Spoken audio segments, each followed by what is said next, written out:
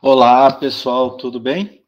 Hoje é dia 1º de novembro, amanhã é dia 2, terça-feira é feriado, mas dessa vez nós não juntamos a segunda-feira com o feriado de terça, então nós temos aula normal hoje também, tá? Eu coloquei lá o material no AVA, a atividade de frequência, o link aqui para gravação, etc. Infelizmente não tem nenhum de vocês aqui. De repente entra alguém ainda, né? Vamos ver, vamos esperar que entre, sem problema algum, né?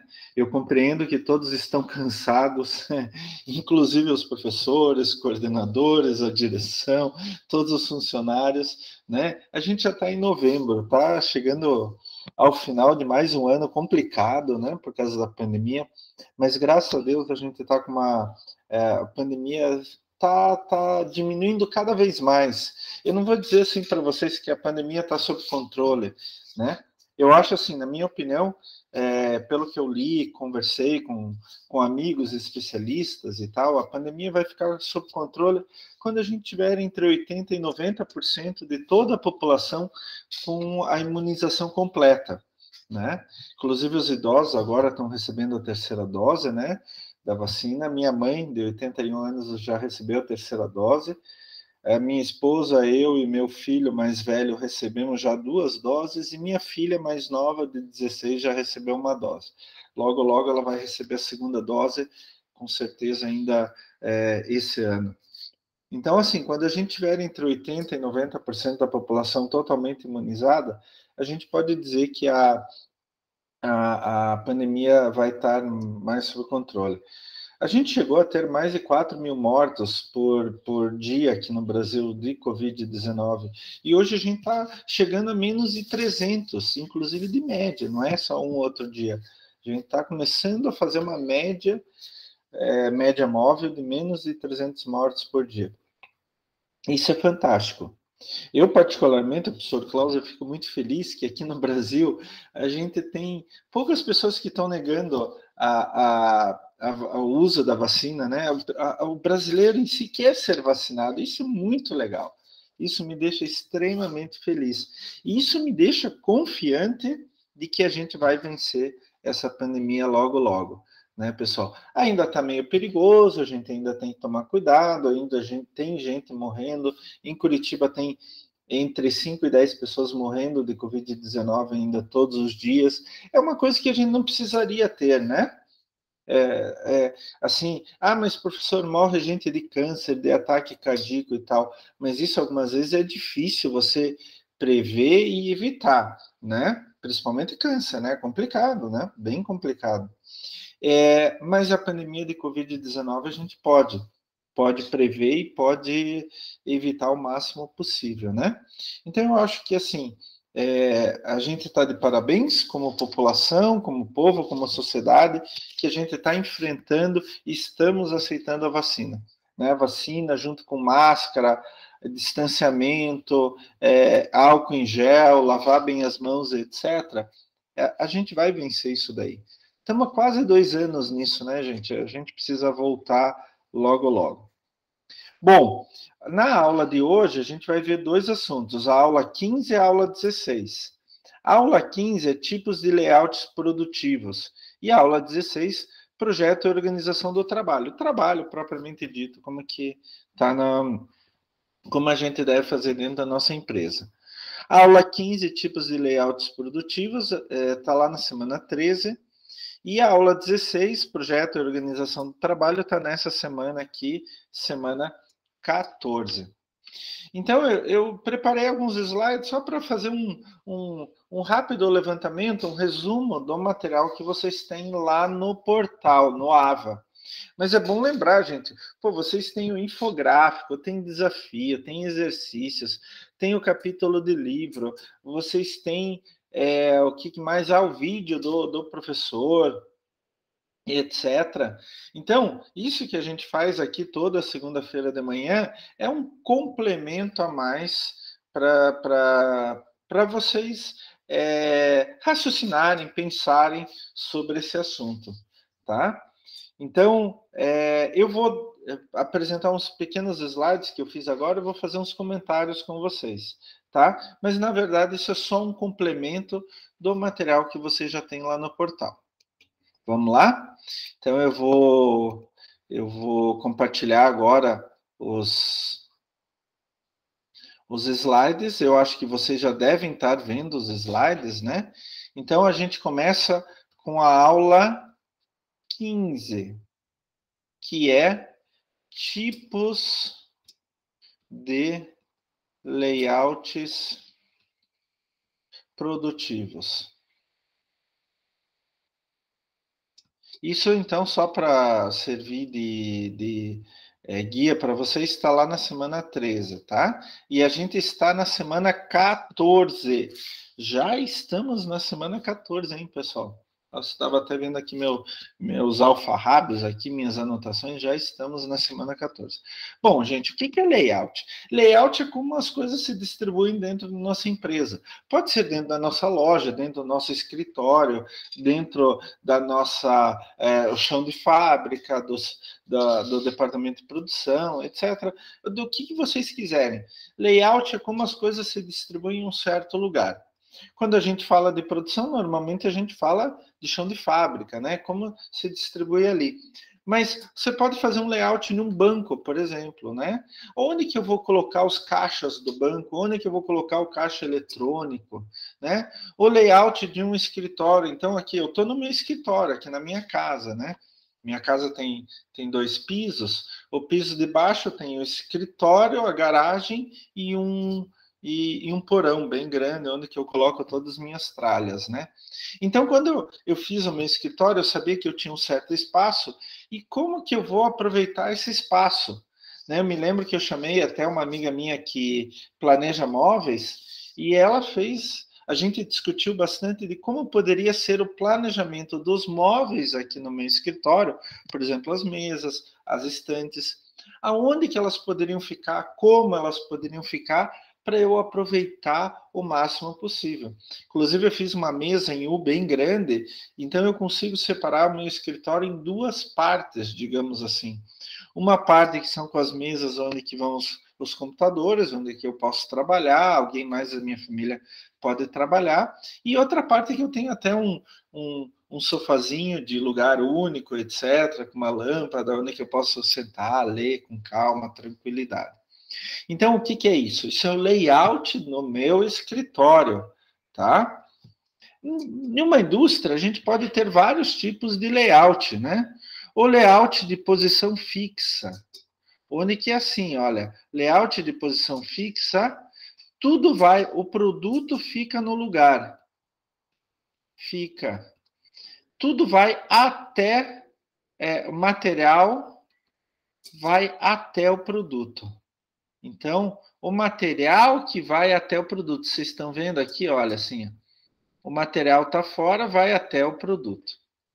Eu tenho layout chamado funcional, né? Onde que eu tenho diferentes etapas que podem ir e voltar. Então, eu tenho aqui a matéria-prima entrando, vai até aqui, depois vai até aqui, vai até aqui, vai até aqui, volta, daí sai.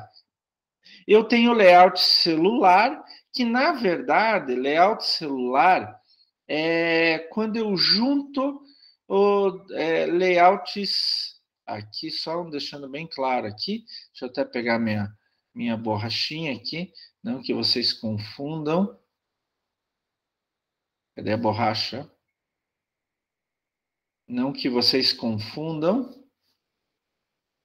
O layout de posição fixa, o material fica, o produto fica, o material vai até lá. O layout funcional, então eu tenho um sistema aqui fechado. O layout celular, eu divido esse sistema em uma ou mais partes. Então, por exemplo, eu tenho 2 linhas de produção, uma aqui e uma aqui. Cada uma tem um layout funcional, e daí eu tenho produto saindo aqui e produto saindo aqui. E, finalmente, o layout de produto, né? Esse é talvez o mais tradicional, quando começou a produção em massa, é esse o tipo de layout que mais foi utilizado. E ele ainda é muito utilizado hoje em dia, que é uma linha de produção, né? Todos são linha de produção, tá bom, gente? Todos são. De um certo modo, todos são. Mas esse se caracteriza como uma linha de produção bem típica. Onde que eu tenho, isso é bastante utilizado para produtos que requer várias etapas de montagem. Por exemplo, um eletrodoméstico, um carro, um caminhão, um ônibus e assim por diante. Onde que eu tenho diferentes estações em uma linha, por isso é um sistema linear. Eu tenho diferentes estações, em cada estação é adicionado algo para o produto. A última estação sai o produto totalmente montado. Então, é o caso típico de carro, né, pessoal? Eu tenho em cada estação uma parte. Então, este funcionário monta tal coisa. Daí ele vai para a estação seguinte. Aqui, a etapa anterior já está pronta. Agora o funcionário seguinte vai adicionar mais alguma coisa no carro. E assim vai. Esse é o layout de produto, a famosa linha de produção. Até coloquei linha de produto, não. Linha de produção. Tá? Esse é bem convencional. Isso veio do Fordismo, né? Então o Henry Ford, lá no começo do século XX, ele que desenvolveu essa linha de produção. O que acontecia antes do Ford? Quase toda a produção era layout de posição fixa. Então, ele já montava um carro, mas o que acontecia? O carro era montado em um ponto só e todo o material ia até aquele ponto. Tá? Então, muitas vezes, era um funcionário que fazia tudo, então ele tinha que conhecer tudo, e daí demorava muito mais. Daí o Ford pensou assim, mas se eu especializar os meus funcionários, e se eu fizer uma linha onde que cada etapa vai sendo construída, vai sendo juntada ao produto final, chega lá no final, daí o meu produto está pronto, né? Então, antes era quase só layout de posição fixa. Daí foi melhorando para layout funcional, layout celular e finalmente o layout de produto ou linha de produção. Então, é assim, a variedade. Normalmente, assim, quando a gente usa linha de produção, eu faço um produto só.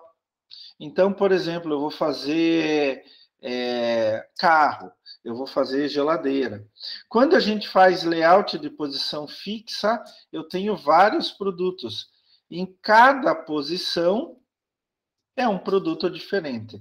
Então, aqui, por exemplo, nessa posição eu vou fazer, sei lá, carro. Nessa posição eu vou fazer geladeira. Na outra posição eu vou fazer liquidificador. E assim por diante. Na linha de produção, no layout de produto, eu tenho alta produção. E normalmente alta produtividade, tá? Alta produtividade por funcionário. Não é sempre, mas é boa parte dos casos. E quando eu tenho layout de posição fixa, eu tenho baixa produção. É como se fosse algo artesanal. Eu até vou colocar assim, ó, quase artesanal. Então, o volume artesanal. O volume de produção acaba sendo bem mais baixo, tá? Vocês podem escolher o layout que vocês quiserem. Vocês podem até inventar, adaptar o layout, fazer um misto, fazendo um ponto, posição fixa, depois linha de produção, ou sei lá, alguma coisa nesse sentido. Mas cada layout tem as suas vantagens e desvantagens, né? Lembrem-se, de novo, vamos só para relembrar. Posição fixa. Eu tenho um lugar só que tudo chega para montar o meu produto aqui. A flexibilidade é muito alta, em produto mix eu posso fazer várias coisas, né? O produto cliente não é transportado, não vai de um lugar para o outro, e alta variedade de tarefas para a equipe. Então, a equipe aqui faz bastante coisa. O problema é que tem alto custo unitário, acaba saindo bem mais caro. A programação de espaço de atividades pode ser difícil e muita movimentação da planta e da equipe, porque tudo tem que chegar até aqui. E se eu tenho equipe, por exemplo, especializada, ela vai ter que ir de um lugar para outro. né? Se é a mesma equipe que faz do 0 ao 100%, ótimo, ela fica ali. Mas se uma equipe faz 50% daquele produto e outra equipe faz 50%, daí, quando uma equipe terminar sua tarefa, ela vai ter que ir para outro lugar. O funcional, vamos lembrar aqui, né, que o funcional era aquele onde que eu vou de um ponto para o outro, né? Então, posso começar aqui, aqui, aqui, aqui, aqui, volto, etc. Também tem alta flexibilidade, é relativamente robusto no caso de ruptura. Eu falo ruptura, quebrar um ponto aqui, uma linha, daí você pode arrumar isso facilmente. E a supervisão é fácil, porque está num lugar muito próximo. Normalmente se usa poucas instalações, né? Acaba sobrando muito espaço. Pode ter fila de clientes ou de material em processo muito alto, e o fluxo, se for muito complexo aqui, pode ser difícil de controlar, tá? Daí vai quebrar, vai ter ruptura. O celular, então, eu tenho aqui as diferentes etapas em células, isso é uma adaptação do funcional, tá? Ele pode ser uma boa solução entre custo e flexibilidade quando eu tenho alta variedade, o processamento é muito rápido, e trabalho em grupo, né? Eu tenho um grupo aqui pode resultar em boa motivação. Pode ser caro reorganizar os layouts existentes para o celular, pode ser que precise mais espaço e mais equipamento, e pode resultar em menor utilização do espaço. E, finalmente, a linha de produção, né? A linha de produto, o layout de produto. Esse daqui tem uma vantagem muito grande, que tem baixo custo por unidade quando eu tenho grandes volumes. Daí eu consigo fazer bem mais barato. Precisa especialização de equipamento e de pessoas, tá? Então, aqui, estação A, estação B, D, C e D, cada uma faz uma coisa. Então, o carinha que está aqui, né? Olha aqui o professor Klaus que está aqui, ele é especialista naquilo. E daí ele, inclusive, vai fazer mais rápido e com menos erro, né? Com menos necessidade de retrabalho.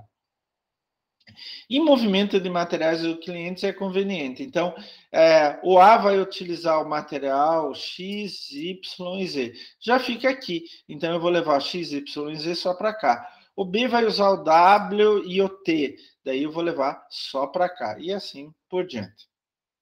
A desvantagem é que tem baixa flexibilidade, né? Se você quiser produzir outro produto, ao contrário da posição fixa, por exemplo, se você quiser produzir outro produto, você tem que mudar toda a linha de produção. Não é muito robusto se houver rupturas. Quer dizer, por exemplo, o professor Klaus aqui na posição A, ele é mais lento, ele não consegue fazer o serviço dele de forma correta. Pronto, já vai parar tudo. Vai começar, o que vem antes do professor Klaus, vai começar a acumular, acumular, acumular. O que vem depois vai ficar sem fazer nada, né? Por quê? Houve uma ruptura no professor Klaus. E o trabalho pode ser muito repetitivo, quer dizer, o professor Klaus só vai fazer assim, ó, juntar tal com tal, juntar tal com tal. Isso, inclusive, leva muito a LER, né? Lesão por esforço repetitivo, a gente tem que tomar cuidado. Uma solução para isso é trocar os funcionários de lugar de tempos em tempos. Então, eles ficam alguns meses em um lugar, outros meses no outro, outros meses no outro. Tem algumas empresas que já estão fazendo isso para diminuir o trabalho repetitivo, diminuir as LERs e também motivar mais as pessoas, né? Porque é o seguinte, você ficar fazendo sempre a mesma coisa, sempre a mesma coisa, sempre a mesma coisa, é complicado. Quem passa por isso sabe muito bem. Então, de tempos em tempos, mudar a função lá dentro. Depois ele ainda pode voltar a fazer a função inicial. Então, o professor Klaus foi treinado para o posto de trabalho A. Né? Dali a alguns meses, ele vai para o B, vai para o C, vai para o D, e daí volta para o posto de trabalho A. E é interessante, gente, aqui que cada um desses layouts produtivos, ele acaba tendo uma ele acaba tendo, assim como eu vou falar para vocês, uma influência diferente sobre os custos unitários de produção. Então, quanto custa para fazer um produto? Então, aqui, por exemplo, eu tenho o de posição fixa. Quanto mais produto eu vou fazendo, maior o volume de produção, mais caro ele fica. Deixa eu pegar uma outra cor aqui. Aqui eu tenho o funcional, esse verdinho. Ele também, mas ele cresce menos, o custo unitário cresce menos do que o de posição fixa. E, finalmente, né, o por produto ou linha de produção. O custo unitário, com maior volume, ele sobe um pouquinho, mas praticamente nada. Por isto que, quando eu tenho que fazer grandes volumes, é melhor usar esse tipo de layout produtivo, tá? Que quanto mais eu produzir, mais rápido eu vou produzir, com mais qualidade, porque eu tenho especialização de trabalho, e mais barato. Por isso que a gente tem essas indústrias automobilísticas gigantescas, por exemplo, né? Com linhas de produção gigantes, enormes, para produzir muito. Quanto mais eu produzo, mais barato sai cada unidade do meu produto ao final do processo de produção, né? Isso é muito interessante. Guardem isso, pessoal. E quando vocês forem determinar o layout da empresa de vocês, como eu já falei, não precisa ser uma indústria, pode ser lá uma garagem de ônibus, né? Onde que vai estar localizado cada coisa, né? Pode ser lá a loja de roupas da Ranieri, onde que vai ficar cada coisa. Então, por exemplo, Ranieri, olha, a posição do caixa é muito importante, a posição dos provadores é muito importante. Então, você tem que ter uma questão de fluxo, como que o cliente vai entrar e sair da tua loja. É a mesma coisa no chão de fábrica. Eu vou produzir um produto qualquer. Qual layout eu vou utilizar? Como que vai entrar a matéria-prima, vai sendo transformada para chegar no meu produto final? Isso é uma coisa que vocês têm que pensar. Não existem layouts obrigatórios. Eu posso fazer um carro com um layout de posição fixa? Posso, mas provavelmente não vai ser legal. Eu vou perder dinheiro. Mas tem outras coisas que é importante que eu faça em posição fixa. Por exemplo, produtos extremamente complexos. Você vai fazer relógio, por exemplo, aqueles relógios caríssimos, extremamente complexos. É melhor, talvez, que eu tenha posição fixa. Nem que, ou por célula, por exemplo, onde que eu tenho diferentes posições fixas, mas cada posição vai fazer uma série de tarefas e não só uma tarefa. Então, por que isso? Porque é um trabalho extremamente especializado, cuidadoso, etc. Né? Então, e você não pode levar aqueles relógios de um ponto para outro o tempo todo. Ainda mais quando eles estão sendo feitos. Hein?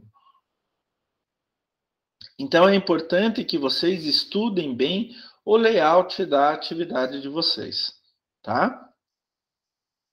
Dando continuidade, então, a gente vai agora para a aula. Lembrando que isso é só uma revisão, né? Opa, ia pegar tinta amarela aqui. Vamos pegar tinta preta. Então, a aula 16, projeto e organização do trabalho. Isso está na própria semana, né? A gente está na semana 14 e isso está lá na própria semana 14, tá bom? Então, isso é uma outra coisa extremamente importante. Ela está ligada a layout também. Você não pode separar o trabalho do layout, porque no layout cada funcionário vai exercer uma função específica, ou no mesmo lugar, ou mudando de lugar, ou passando passando a sua tarefa de um lugar para outro e assim por diante. E quem começou a falar mais sobre a necessidade do estudo do trabalho foi Taylor, isso foi século XIX, se não me engano.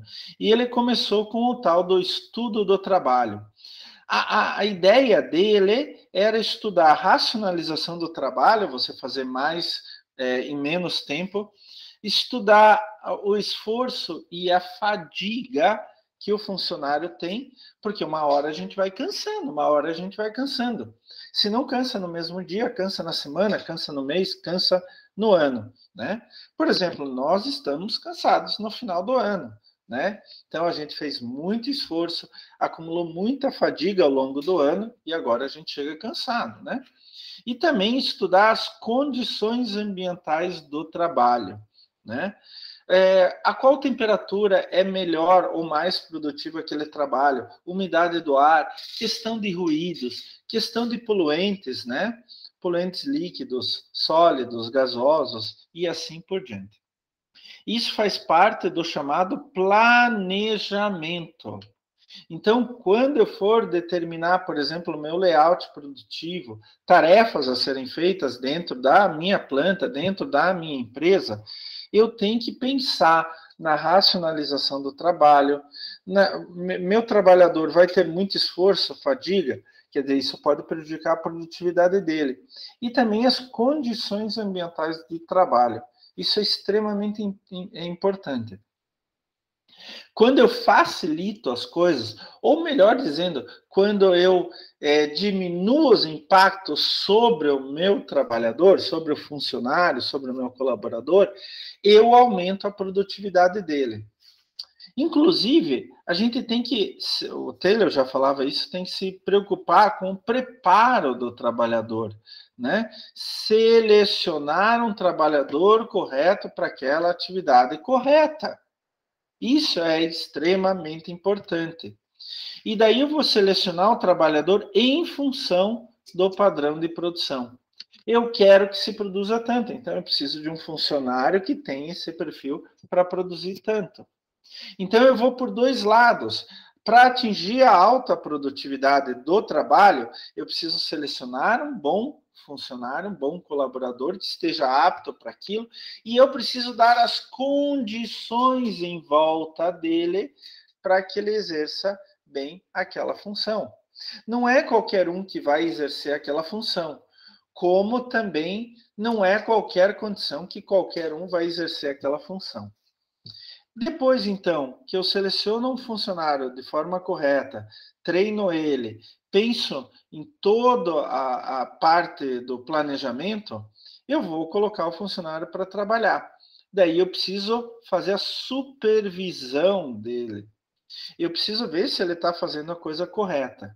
E daí, a partir disso tudo, ele vai fazer o máximo esforço e eficiência para maior produtividade. Então, a partir desse momento, tem benefício para a empresa e para o trabalhador. Mas é importante, Taylor já falava isso, plano de incentivo salarial. Eu tenho o trabalhador correto, eu tenho o ambiente correto, eu faço a supervisão, mas eu preciso que ele se sinta cada vez melhor. Então, por exemplo, você pode dar uma série de benefícios. Algumas vezes não é aumentando o salário. Algumas vezes é dando um plano de saúde para o trabalhador e para a família, para eles se sentirem melhor. É dando prêmios, olha, se você produzir mais, você vai ganhar mais tanto no salário. E assim por diante. Então, eu preciso de todas algumas condições para produzir mais. Deixa eu pegar a caneta, então, vamos outra cor. Então, vamos primeiro planejar.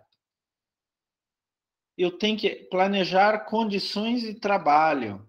Eu tenho que dar as melhores condições de trabalho possível para o meu trabalhador. Escolher o trabalhador correto. Escolher trabalhador correto, que esteja apto para aquilo. Se ele não estiver apto para aquilo, fiscalizar, supervisionar, fiscalizar. Dar incentivos, para que ele trabalhe mais, se sinta melhor trabalhando. Daí, eu vou ter maior produtividade, benefício para a empresa e trabalhadores. Olha, se vocês tomarem cuidado com tudo isso daí, vocês vão sim ter maior produtividade. E principalmente o trabalhador ele estará mais satisfeito com a empresa. Estando mais satisfeito, ele vai trabalhar mais. Vocês sabem disso, vocês devem ter vivido já na pele. Pô, aquele meu chefe é chato, aquela empresa atrasa o salário, aquela empresa não paga direito, aquela empresa me explora e não sei o quê. Ou lá é muito complicado trabalhar, muito barulho, muita sujeira, e não dá, eu me sinto mal toda vez que eu vou lá e etc. Né? Tem até um livro, pessoal, muito famoso, lá da Alemanha, do Günter Wallraff, se chama Cabeça de Turco. Ele é bem ligado a essa questão do trabalho. Então, grandes empresas, grandes indústrias pegavam imigrantes turcos na Alemanha para fazer o trabalho mais sujo de todos. E é assim, sem direito trabalhista nenhum, trabalho temporário, pagando praticamente nada, não dando equipamento e proteção individual. Eu sugiro, quando lê Cabeça de Turco, é o nome do livro, Cabeça de Turco, Günter Wallraff. Ele foi escrito nos anos 70, 80, se não me engano, mas ele é muito atual e ele mostra exatamente o contrário do que eu estou falando aqui, do que vocês, ele mostra exatamente o que vocês não devem fazer em termos de trabalho, tá? É importante que vocês comecem a estruturar os trabalhos, né? Então, vocês podem fazer uma série de perguntas. Por exemplo, quem deve fazer aquele trabalho? Então, eu tenho que pensar nas características mentais e físicas da força de trabalho dos meus trabalhadores. O que deve ser feito? Então, quais tarefas a serem executadas? Aonde deve ser feito? Localização geográfica dentro da empresa. Então, ela vai ficar nesse ponto, lá no canto do pátio e assim por diante. Quando deve ser feito? Período do dia, tempo. Por que deve ser feito? Tem que ter um motivo. Se eu não precisar daquela tarefa, por que eu vou fazer aquela tarefa? Tá? E, finalmente, como deve ser feito, que é o método que deve ser feito. Essa é a estrutura fundamental do trabalho. E é assim que vocês devem pensar. Cada tarefa no layout produtivo de vocês tem que responder essas perguntas. Quem vai fazer? Quais são as características do trabalhador? O que ele vai fazer? Daí eu tenho que descrever item por item. Inclusive, é bom fazer um POP, procedimento operacional padrão. Fazer lá um texto, olha, quando você for fazer tal procedimento, tem que primeiro pegar a peça A, daí você pega a peça B, daí você junta a peça A com B dessa forma. Então, fazer isso por escrito e deixar disponível, não só no treinamento do funcionário para aquela tarefa, mas sempre deixar disponível. Aonde você vai fazer, né, que é o layout, daí entra o layout produtivo, né? Quando você vai fazer, isso não é só no período do dia, tá? Então, por exemplo, essa tarefa vai ser sempre feita de manhã. Também é na linha de produção. Em qual ponto da linha de produção? Né? Ela tem muito a ver com a onda, mas na sequência da linha de produção. Por que você vai fazer? Como eu falei, né? Tem que ter uma razão, senão não faz. E como você vai fazer? Esse é o método de desempenho. E finalmente, gente, finalmente, isto é básico. Isto é básico, tá? Deixa eu pegar aqui minha caneta de novo. Fluxograma de processos de trabalho. Fluxograma. Façam para tudo. façam para tudo. Ouviram? Então, até a Raniele pode fazer lá na loja dela. E isto a gente usa para treinamento. Isto a gente usa para treinamento do funcionário, para aperfeiçoamento. Então, quando a Raniele contrata alguém para trabalhar lá na loja dela, a Raniele vai treinar. Então, ela vai dizer assim, olha, quando entrar um pretenso cliente pela porta, você vai até lá, fala bom dia, boa tarde, boa noite, posso lhe ajudar em alguma coisa? Com um sorriso no rosto, né? Daí a pessoa vai dizer assim, eu quero uma camisa. Então, você leva ela até o setor de camisas. E daí pergunta para a pessoa, mas que tipo de camisa você deseja, que cor de camisa, que tamanho de camisa, e assim por diante. Daí depois a pessoa escolheu algumas camisas, leva até o provador, né? Daí a pessoa vai provar, escolheu, daí vai até o caixa. No caixa, você tem que dobrar as camisas que a pessoa escolheu, pegar a etiqueta, passar no código de barras.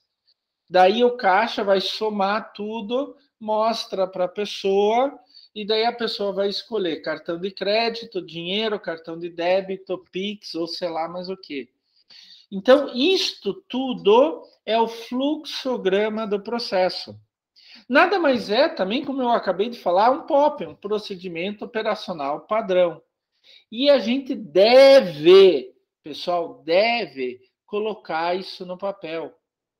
E o mais detalhado possível. Inclusive, existem aqui alguns sinais, vamos dizer assim, algumas representações que são já padronizadas. Por exemplo, quando eu tenho quadrado, é uma tarefa ou operação.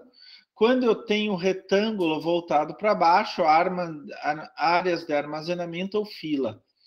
Quando eu tenho losango aqui, é pontos de decisão. E quando eu tenho linhas, né? Linhas é fluxo de materiais. Então, por exemplo, olha aqui que legal. Inserir moeda de $1 no caça-níquel. Isso é um fluxograma de um processo de um cassino, né? Daí eu tenho que fazer uma ação, olha, tarefa, puxa o braço do caça-níquel. Daí eu tenho um ponto de decisão, a pessoa pode ganhar ou perder. Se a pessoa ganhar, ativa o pagamento, paga os ganhos. Se a pessoa perder, ela joga novamente. Daí ela pode, por exemplo, parar, ou ela pode continuar, né? Saindo desse inserir moeda de $1 no caça-níquel, o balde de pagamento dentro pode estar cheio, né? Então, se estiver cheio, movimente a moeda para o balde de ganhos. Se não, movimente a moeda para o balde de pagamento. E assim por diante. Aqui o balde de ganhos, aqui o balde de pagamento, né? A área de armazenagem. Então, isso é dentro da máquina. Dentro da máquina tem um balde de ganhos e tem um balde de pagamento. O ideal é que a gente construa esses fluxogramas o tempo inteiro, para todas as tarefas, pessoal, para todas as tarefas, tá? Isto é típico de um engenheiro de produção, quem vai trabalhar com produção, etc. Então, eu posso fazer isso a qualquer momento.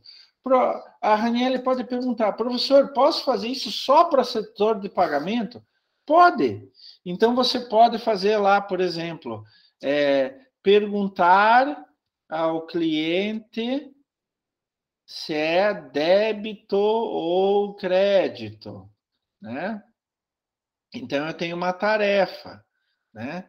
Daí ele tem um ponto de decisão, débito ou crédito, né? E assim vai. Você pode fazer uma série de fluxogramas, tá? Agora é importante que vocês façam esses fluxogramas de todos os trabalhos e anexem ao POP, ao procedimento operacional padrão. O fluxograma também tem uma importância muito grande para ver se não escapa nenhuma ação que seja necessária ser feita naquele processo, tá? naquela ação pelo funcionário. Extremamente importante. Pessoal, então, com isso, a gente viu na aula de hoje os layouts produtivos. Dizendo novamente, vocês não são obrigados a fazer um ou outro, mas vocês podem até fazer um misto, mas vocês têm que escolher o melhor layout produtivo pro caso de vocês. E vimos também projeto e organização do trabalho, né? As preocupações que a gente deve ter com os nossos funcionários e com o nosso processo de trabalho. E acabamos aqui com o fluxograma de processos de trabalho. Agora, não se esqueçam de ver todo o material. Vocês têm, então, capítulos, vocês têm os infográficos, desafios, capítulos de livro, vídeos e uma série de exercícios. Não se esqueçam de fazer isso, tá? Que é muito importante para vocês. E também não se esqueçam de fazer a nossa atividade de frequência. Então, ela já está disponível lá na atividade de frequência, semana 14 do AVA, tá bom? Gente, espero que vocês tenham feriado bom amanhã, terça-feira, dia 2, e façam todas as tarefas. Segunda-feira que vem, nós temos, então, as aulas 17 e 18. Pessoal, estamos quase acabando o nosso semestre. Vamos, força, pessoal, ânimo, que vocês estão aprendendo bastante e tenho certeza que vão ser grandes profissionais maravilhosos de altíssimo nível. Então é isso, pessoal. Deixa eu até sair aqui. É isso, pessoal. Agradeço a atenção de vocês e não se esqueçam de fazer atividade de frequência. Até mais, gente. Até a semana que vem. Um abraço para todos.